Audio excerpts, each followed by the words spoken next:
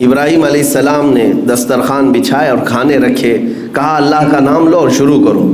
تو آنے والے نے کہا میں اللہ کو نہیں جانتا اور نہ ہی میں مانتا ہوں، میں اللہ کا نام لینے والا نہیں ہوں۔ تو ابراہیم علیہ السلام نے دسترخوان کھینچ لیا اور کہا اٹھ کر جاتا ہوں تو چل، اس لیے کہ میرے گھر کا ہر لقمہ اللہ کے نام سے ہی جائے گا۔ دسترخوان کھینچ لیا، وہ شخص چلا گیا۔ رب تبارک و تعالیٰ کی طرف سے وحی آئی، ابراہیم آج تمہارے دسترخوان پر اس نے میرا نام نہیں لیا، تم نے دسترخوان کھینچ لیا، پچھلے 50 سال سے وہ میرا نام نہیں لیتا، میں ہر وقت اسے کھلا رہا ہوں۔ انسانوں کا خدا اور ہے، یعنی انسانوں کے خدا جس کو ہم اس طور پر تصور نہ کریں کہ وہ سخت قسم کا ہمیشہ تمہارے لیے عذاب ہی لے کر بیٹھا ہے، نہیں میرے عزیزو، وسعت رحمتی کل شیء، قرآن کہتا ہے۔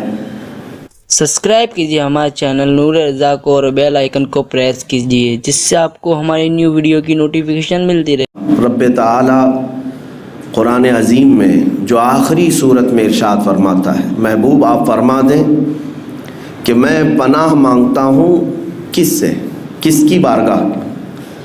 قل اعوذ برب الناس، میں کس کی پناہ مانگتا ہوں؟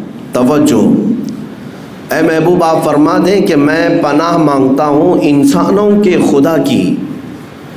رب الناس، انسانوں کا خدا، مولا میں تیری پناہ میں آنا چاہتا ہوں۔ اور وہ کون ہے؟ انسانوں کا خدا، ملک الناس، انسانوں کا بادشاہ بھی ہے، الہ الناس، انسانوں کا خدا بھی ہے، معبود بھی وہی ہے، پالنے والا بھی وہی ہے، بادشاہ بھی وہی ہے، عبادت کے لائق بھی وہی ہے۔ اب کس چیز سے پناہ مانگتے ہو؟ من شر الوسواس الخناس، خناس کے، شیاطین کے وسوسوں سے، اس کے بہکاووں سے، ان کے ورغلانے سے پناہ مانگتا ہوں اللہ تبارک و تعالیٰ کی۔ اس پوری سورہ میں آپ اگر محسوس کریں گے تو اللہ تعالیٰ نے انسانوں کا ذکر 5 مرتبہ کیا، الناس الناس الناس، انسان۔ یہ سمجھنے کی ضرورت ہے کہ انسانوں کے لیے اللہ تبارک و تعالیٰ اتنا مہربان ہے، اتنا مہربان ہے کہ اس کی ساری مخلوقات کے لیے کچھ قانون الگ ہیں، تمہارے لیے قانون الگ ہیں۔ قرآن میں بھی اللہ تعالیٰ نے فرمایا کائنات میں کوئی شے ایسی نہیں ہے جو اس کی حمد بیان نہ کر رہی ہو، ساری کی ساری مخلوقات تسبیح بیان کر رہی ہیں۔ لیکن روایت میں یہ بھی ہے کہ اگر کوئی چیز، پرندہ ہو کہ جانور ہو کہ درخت ہو کہ مچھلی ہو، چونٹی ہو، اگر ایک لمحے کے لیے بھی وہ اللہ کے ذکر سے غافل ہو جائیں تو ان کی موت آ جاتی ہے۔ ان کے لیے یہ قانون ہے، درخت اگر ذکر الہی سے ایک لمحے کے لیے غافل ہوا تو اسے سکھا دیا جاتا ہے یا اسے کاٹ دیا جاتا ہے، پرندہ شکار ہو جاتا ہے، مچھلیاں پھنس جاتی ہیں اگر ایک لمحے کے لیے ذکر خدا سے غافل ہو جائیں۔ حضرت ذوالنون مصری اپنی بیٹی کے ساتھ سفر میں تھے، سمندر میں، وہ کشتی میں مچھلیاں پکڑ رہے تھے، پکڑ کر کے اپنی کشتی میں ڈال رہے تھے۔ ان کی بیٹی جو پیچھے بیٹھی ہوئی تھی وہ مچھلیاں اٹھا کے پھر سمندر میں ڈال رہی تھی۔ کافی دیر کے بعد جب کنارے پہنچے تو انہوں نے دیکھا مچھلیاں کہاں ہیں۔ بیٹی سے پوچھا تو اس نے کہا کہ میں نے سب ڈال دیا۔ کہا ایسا کیوں کیا؟ کہا آپ نے تو فرمایا جو مچھلی ذکر خدا سے غافل ہوتی ہے وہی شکار ہوتی ہے، تو آپ کی جال میں وہ مچھلیاں آئی جو ذکر خدا سے غافل تھیں، میں نے اس لیے انہیں دوبارہ ڈال دیا کہ مولا ہمیں بار بار مہلت دیتا ہے تو ہم انہیں کیوں مہلت نہ دیں۔ اب اندازہ کریں، میں یہ بات اس لیے عرض کر رہا ہوں کہ ان ساری مخلوقات کے لیے قانون تو یہ ہے کہ وہ اگر ذکر خدا سے غافل ہو جائیں تو مر جائیں، جل جائیں یا کٹ جائیں۔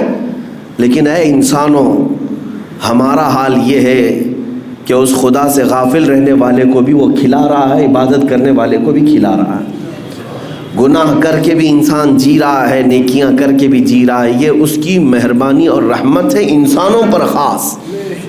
ابراہیم علیہ السلام کی عادت تھی کہ وہ بغیر مہمان کے کھانا نہیں کھاتے تھے، بغیر مہمان کے ان کے ہاں دسترخوان ہی نہیں بچھتا تھا۔ ایک بار 2 دن ہو گئے کوئی مہمان نہیں آیا، آپ بھی کھانا نہیں کھائے۔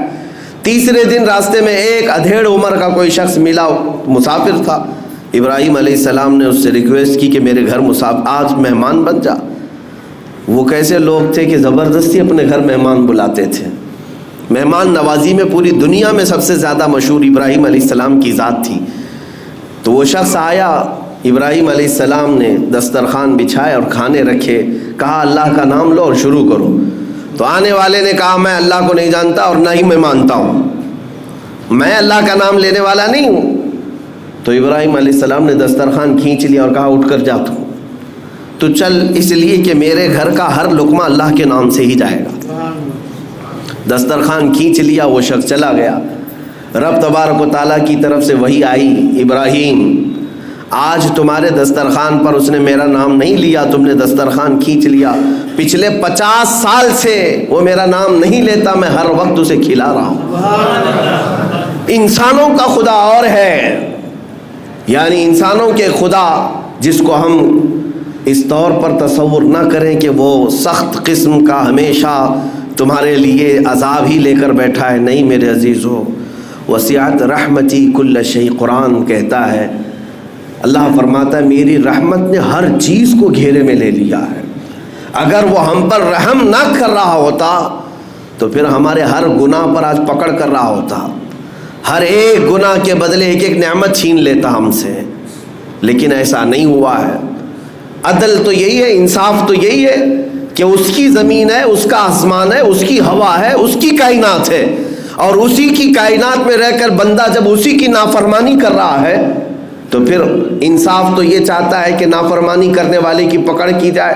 اگر تم ایک نماز نہیں پڑھے تو ناک کاٹ دی جائے گی, دوسری نہیں پڑھو گے تو دانت توڑ دیے جائیں گے, تیسری نہیں پڑھو گے تو ہاتھ توڑ دیے جائیں گے. کیا ایسا ہو رہا ہے؟ نہیں ہوتا. تو رب تبارک و تعالی ہم بندوں پر عدل نہیں بلکہ فضل فرما رہا ہے, فضل فرما رہا ہے.